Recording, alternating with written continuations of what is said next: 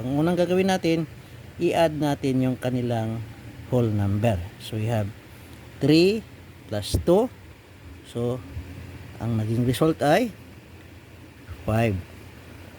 Then i-add natin yung kanyang numerator. So i-add natin 2 plus 5. So we have 7. In copy the common denominator, which is 8. Copy 5 and 7, 8. Ang ating fraction ba ay nasa lowest term? Ay nasa lowest term na. Hindi na kailangang i-reduce.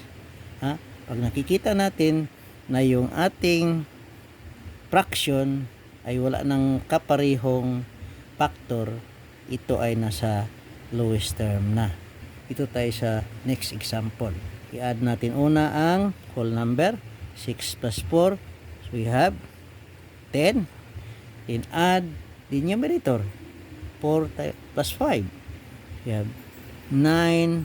Then copy the common denominator na 12. 10 and 9, 12. So ang fraction ba natin ay nasa lowest term? Hanapin muna natin ang factor ng bawat isa. Factor ng 9. 1 times 9. 3 times 3. So factors ng 12. So we have 1 times 12.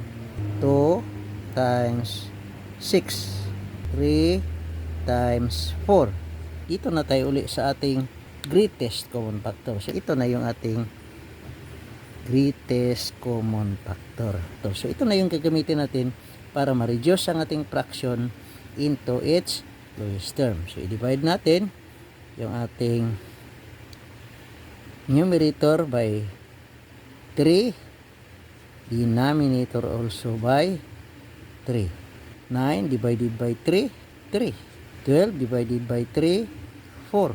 So ang ating fraction in the lowest term is 10 and 3/4.